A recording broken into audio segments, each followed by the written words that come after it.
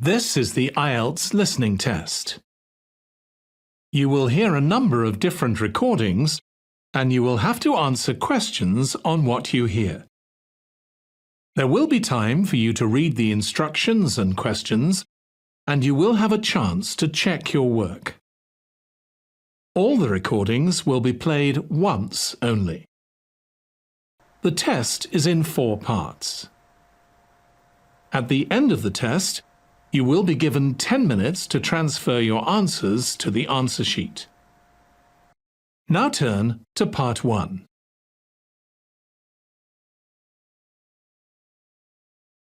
Part 1. You will hear a conversation between a staff member from Gaia's Guardians and a man who wants to do something to protect the environment. First, you have some time to look at questions 1 to 5.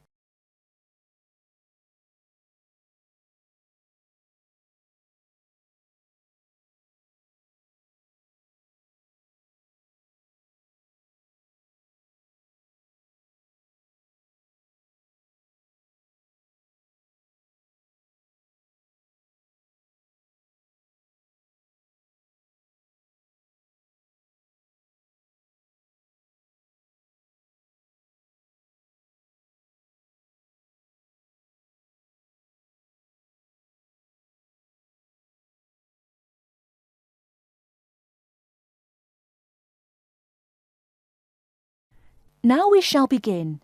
You should answer the questions as you listen, because you will not hear the recording a second time. Listen carefully and answer questions 1 to 5. Hello, how may I help you? Well, I've been seeing these yellow boxes in front of a lot of houses in my neighborhood. Just wondered what they were for. I noticed your phone number on all of them, so I called. Could you tell me about your business? We do recycling, but we're not a business. Gaia's Guardians is a non-profit group. We encourage recycling as a way of protecting the environment. I don't know. I mean, it is a good idea, but I really don't read the newspaper every day or anything. And we don't come collect newspapers every day. In fact, we only do pickups every other week. Oh, well, then maybe I could help. I mean, in my neighborhood, there's too much rubbish lying around everywhere. I'd like to help out, I guess. That's great, sir. You're doing the right thing. Okay, I need to get your contact information. What's your name, please? Peter Wisrow. Peter, how do you spell your last name? Wisrow? No, actually, it's Wisrough. Oh, I'm sorry. I'm a terrible speller. You're a good speller. It's just that my family are terrible pronouncers. You're quite a card, Peter. Okay, now what's your address? Number 168 Bridge Road. That's here in London. How about if I have any questions? I'm sending you a copy of our booklet too. The booklet has our phone number and our email address, helpline@blackcat.com. That's HELPLINE@BLACKCAT.com. But I nearly forgot to ask, what's your postcode? BS97PU. PS97BU? No, that's B as in boy, S97P as in Peter, U. Before you hear the rest of the conversation, you have some time to look at questions 6 to 10.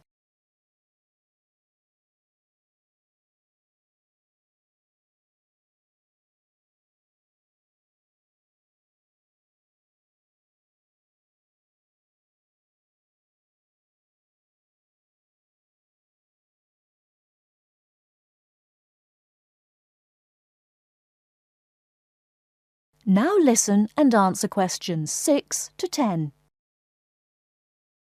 So I'm guessing those yellow boxes I saw are for recycled newspapers. Yes, that is correct, and it's free of charge. Wow, that's good news. Do you recycle anything besides newspaper? Oh yes, we recycle most everything.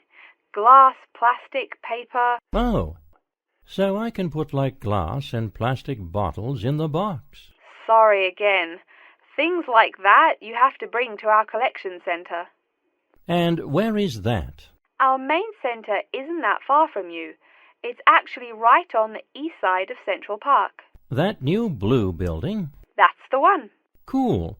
Hey, what's with all those different colored boxes outside that place? Oh, that's for the different materials we recycle. The blue is for metal, the green is for glass and plastics, and the yellow, of course, is for paper. Okay. I'll try and manage to keep all that straight. Oh, no need. They're each labelled. Great. So which one would I put magazines in? Actually, they don't go in any of the bins. Unfortunately, magazines can't be recycled because of the material they're made of. It's such a waste. So, would you be interested in volunteering? I'll think about it. Could you send me some more info? Absolutely. Along with the newspaper box, I'll be sending you our booklet, Savvy. That is SAVVY. It tells you about what you can do to protect the environment in your daily life. Plus, it lists things you can do as a volunteer with our group. Hey, that's cool. Thanks. My pleasure. Do you have any other questions or concerns? Nope, that's it.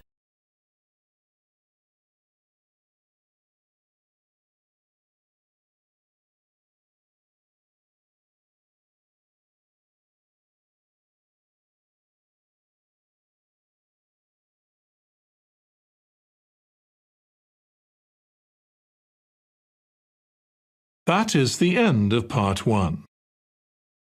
You now have 1 minute to check your answers to part 1.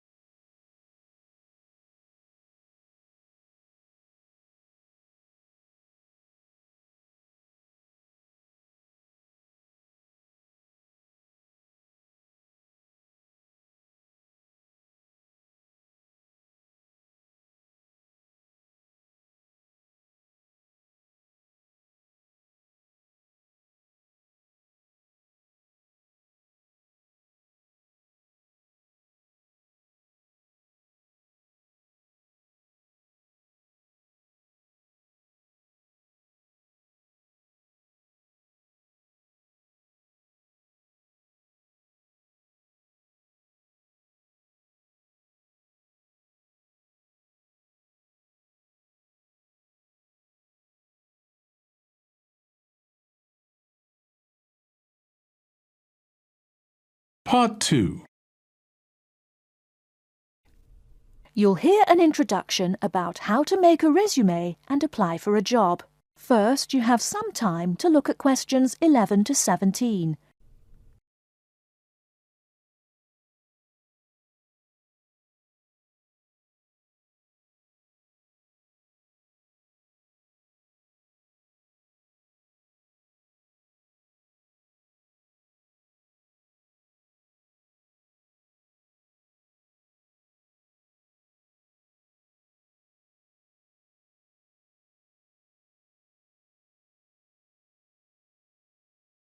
Now, listen carefully and answer questions 11 to 17. Welcome everyone to today's seminar on CV and interview skills. Remember, your CV is probably the most important document you will ever write. It opens the door to your career, and that job interview is probably the most important meeting you will ever attend. It's like stepping through that open door. So let's roll up our sleeves and get down to work, shall we? First of all, I cannot possibly tell you everything you need to know about writing a resume in the time we have. But let me tell you that there are dozens of great websites on the internet. These will give you all the suggestions you need. If you look at the paper I gave you, you will see a list of the dozen most popular sites. I can mention a couple of important points, however. One is that your CV or resume should not be too long. A page is about right. Why? HR departments do not have the time to read long documents. Too many people are sending too many CVs. After all, the economic crisis of 2008 is still very much alive. Everyone needs a job now. No matter how short you make that resume, though, you do not want to forget to tell HR how to contact your references. References are people who will give you a recommendation for a job. That's usually an ex-boss or a professor who knows you well. Do not use relatives. I don't care how much your mum loves you. Also, when you send that CV, be sure to include a typed cover letter. A cover letter is a letter where you basically are asking for a job. It's like introducing yourself. Make it brief. The real information about you is on that CV of yours, and please make sure the letter is typed. It doesn't matter if your handwriting is beautiful or not. Companies only read typed letters. Another point about CVs is you should try to have an attractive layout. Maybe use different type fonts or colors to highlight information. Some people include a photo. You can find dozens of examples on the internet. Whatever layout you decide to use, however, avoid all spelling and grammar errors. I used to be an HR manager. If I saw a mistake, that CV went into the garbage. Something you write in a CV is a description of your skills and experiences in an interesting way. Mention training, too. These are what get you hired. Do not just say, I have lots of experience, or I have many skills. Tell that boss what you did, for what company, and when. Better, tell him how well you did it. Don't just say, I sold houses. Say, I sold £2 million worth of houses in my first year. That is, say something to make the person reading excited and curious. Finally, speaking of CVs, it's sad, but some people actually forget to provide a contact number. That's pretty silly. You wrote a great CV, you have HR dying to meet you, and they don't know how. You forgot your phone number. Oh, sure, if you apply online, they have your email address, but you just showed them you're forgetful. Why are they going to want to talk to you after that? Before you hear the rest of the talk, you have some time to look at questions 18 to 20.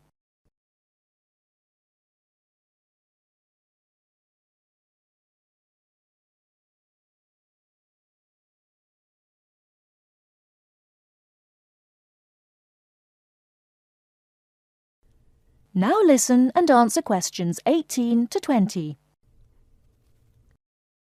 All right, moving on to the actual interview. I'll go over what you need to know by the end of it and what you can discuss and negotiate on later once it looks like you'll be offered the job. First, there's working hours. It's not that necessary to hammer out the hours off the bat, especially since it's easy to come off as lazy when the first thing you bring up is how much you're going to have to work. You can also find out more about possible promotions later on. It is important, however, to get a feel for how much you'll be paid.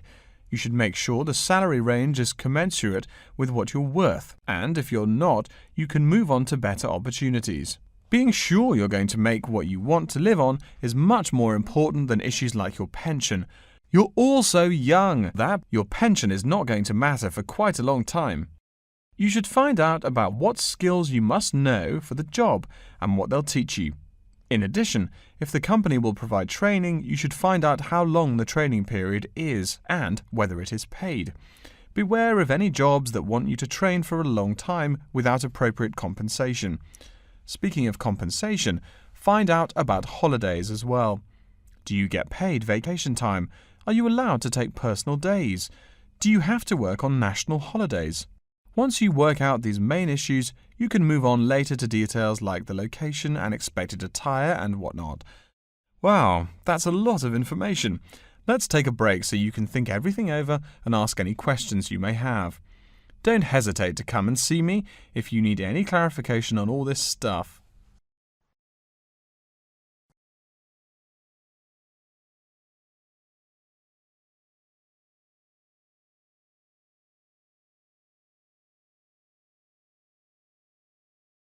That is the end of part 2. You now have 30 seconds to check your answers to part 2.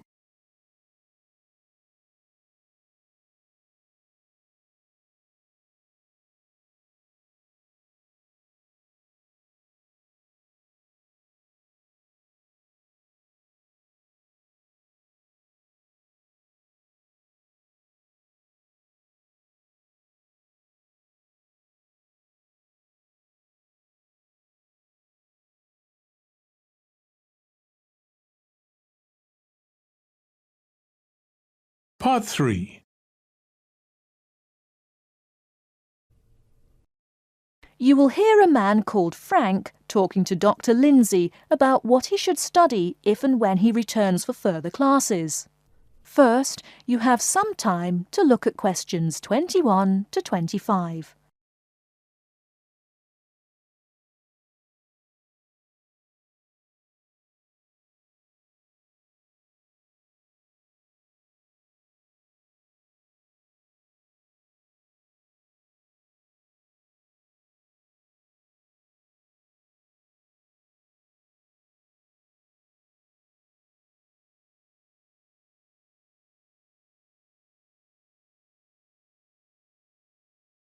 Now, listen carefully and answer questions 21 to 25.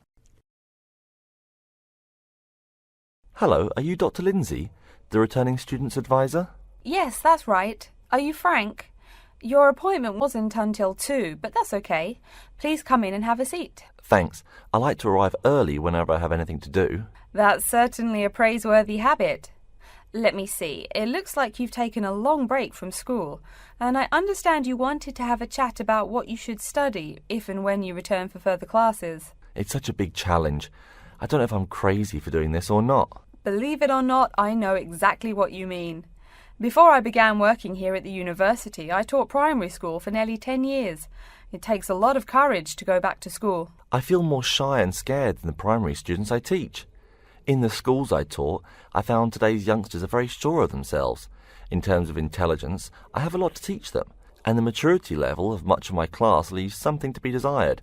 But in terms of confidence, wow, a lot more confident than I am now, that's for sure. Stop fretting. A brave man is a coward who refuses to run. Let's talk about your strong points. You seem an intelligent man.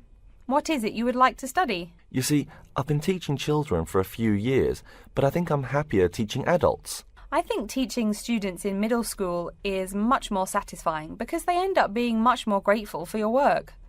If I may ask, what got you interested in teaching adults? A lot of things, I guess. I met my future wife back in my first year of college. She always complains that I was more interesting then. She says that now I talk like I'm 7 years old. That's probably from being with children all day. Again, I know just what you mean. My husband used to say the same thing about me when I taught kindergarten. Anything else? Well, yes. Fairly often now I run into former students and we talk. Some of them are getting close to being grown up. I guess I think more and more about how people develop over time. So I'm interested in the results of education, the final stages. I see. Well, coming back to the university can be both difficult and very rewarding. There are some problems unique to returning students, older students like yourself. What do you think is your greatest weakness? Well, I actually think my confidence is getting better. I'm definitely overcoming my introversion and starting to be much more comfortable in front of a class. To tell you the truth, I'm afraid I'm rather behind the times about many things. It's more difficult for me to chase after the popular things youngsters are fond of, such as iPhone, Twitter, if you name it. I think I understand. Before you hear the rest of the talk, you have some time to look at questions 26 to 30.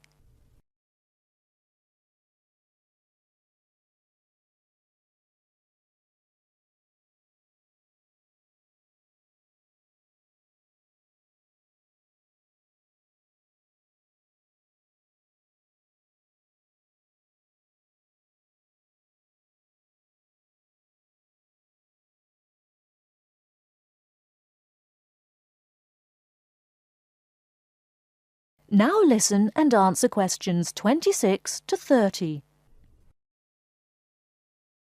How old are you, 35? People at your age still go back to school for further education. I was a bit the same way. I didn't study at university till after I had a family, a husband and one child. My point of view was a lot different from your average 18-year-old girls, I can tell you. Gee, that sounds pretty rough. A family and college?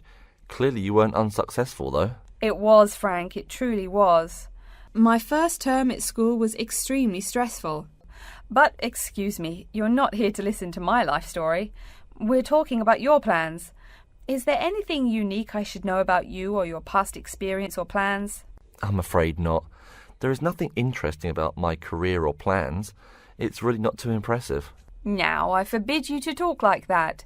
This is your one life, and if you're not interested, why bother living it? Don't be so humble, Frank. Okay. My wife says I'm a wimp. Let's talk about your dreams a bit. You want to teach adults, you said. What would you like to teach them? Well, when I first came to college, I really liked languages and literature.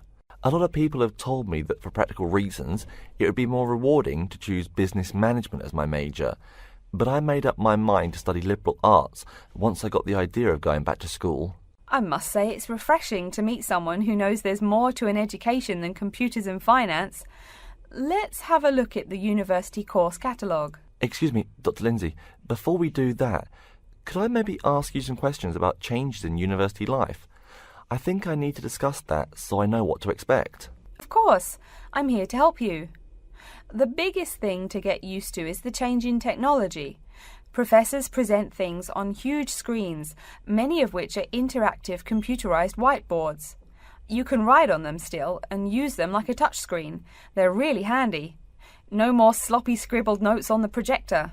Let's see, I doubt you'll be living in student housing, so I won't go into all the improvements there.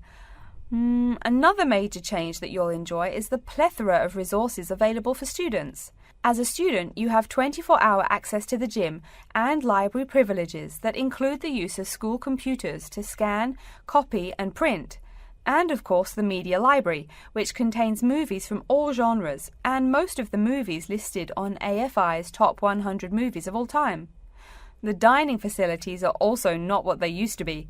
They offer choices for all diets and you can expect a hot meal any time of day. Wow, things really have changed. I'll be sure to utilise all those great facilities in my time here. Thanks for all your help, Dr. Lindsay. I think that's all the questions I have for now.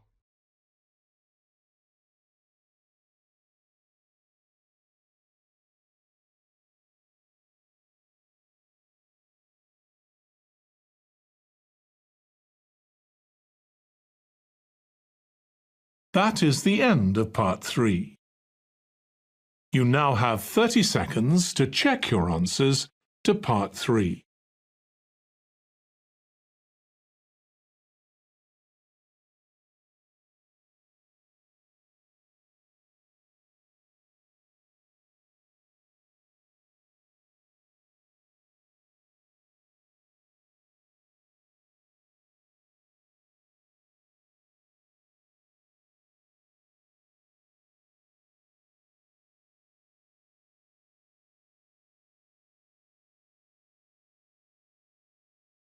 Part 4. You will hear an introduction about the curriculum and facilities of Wassamata University. First, you have some time to look at questions 31 to 40.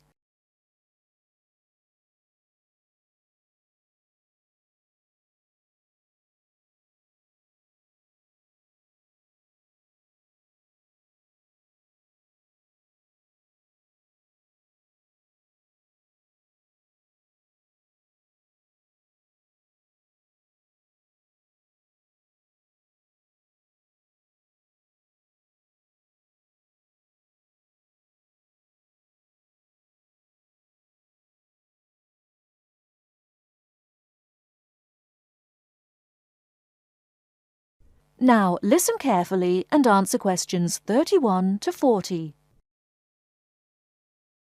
Okay, and welcome back. During the short break we just took, several of you approached me with questions. So before going on with the orientation talk, I'd like to address those queries.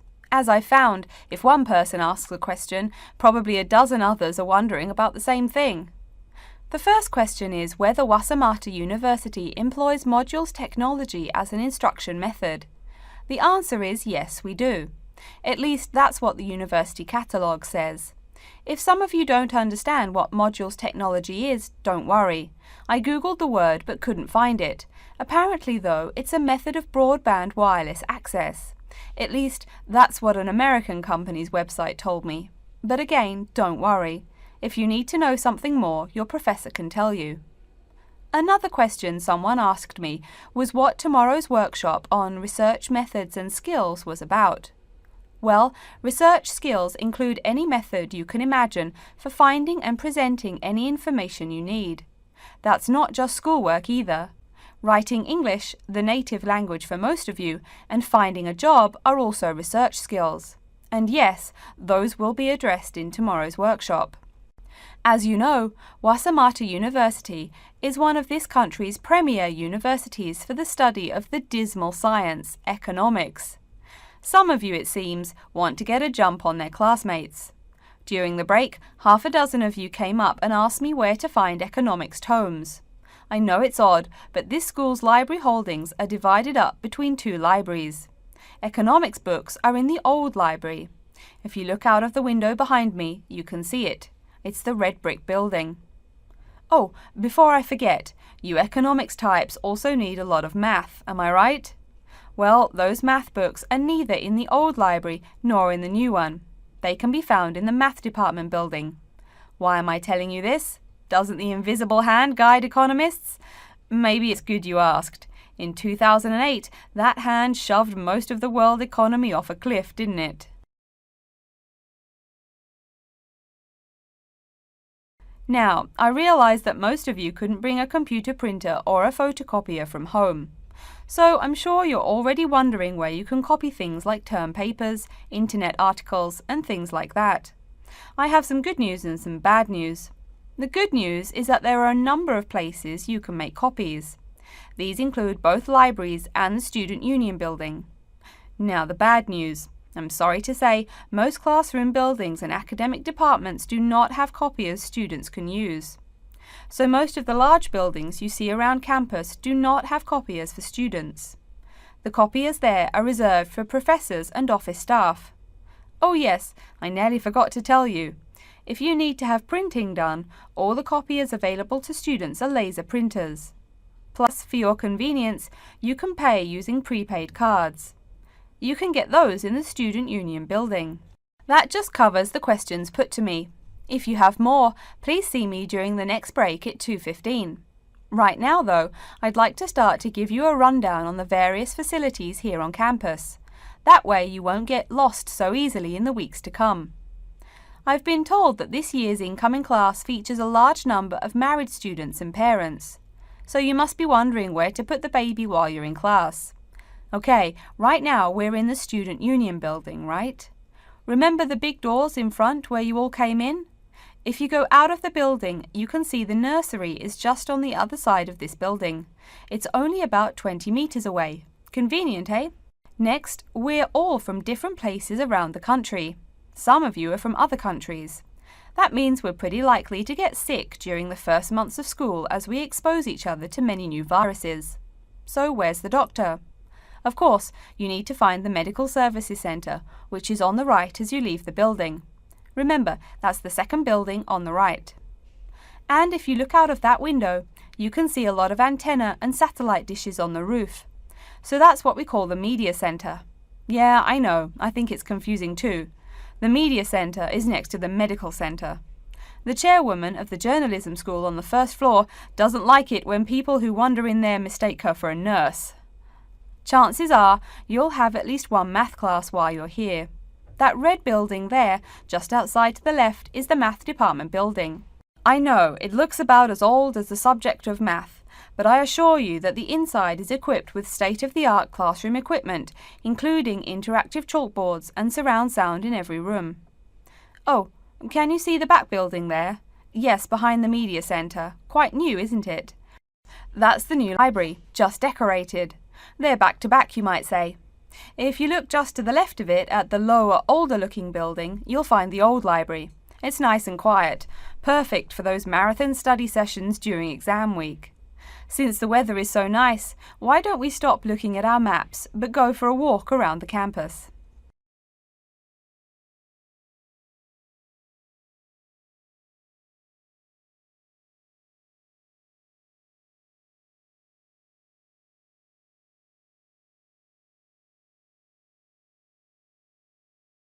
That is the end of part 4. You now have 1 minute to check your answers to Part 4. That is the end of the listening test. In the IELTS test, you would now have 10 minutes to transfer your answers to the answer sheet.